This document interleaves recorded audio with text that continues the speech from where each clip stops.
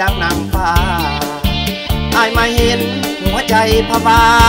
จะเอ่ยว่าจาย่านแต่น้องบ่สนขอเป็นแฟนได้บ่น้องนางคนคือจังอายบอกหาน้องอย่างบ่อายมักเจ้าลายอยากได้เป็นเจ้าของเพราะยังอายว่าที่มันแจ้งบ่ได้แสดงเพื่อหวังหลอกลวง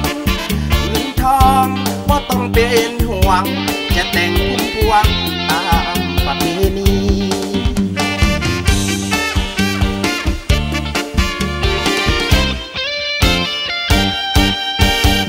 หรือมีคน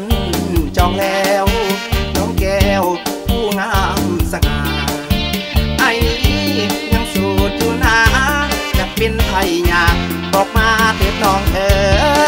ยไอ้ก็เคยมีแฟนมาก่อนแม่งามงอนเสื้อใจเถิดนะ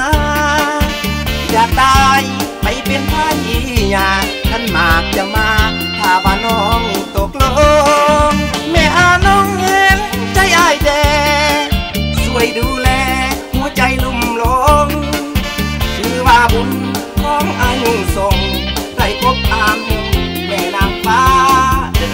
นดี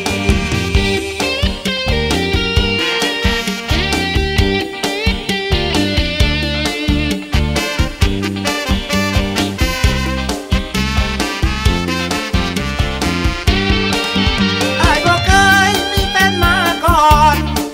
แม่งามงอนเสื้อใจเถิดนะอยากได้ไปเป็นพระยียาท่านมากจะมาถ้าว่าน้อง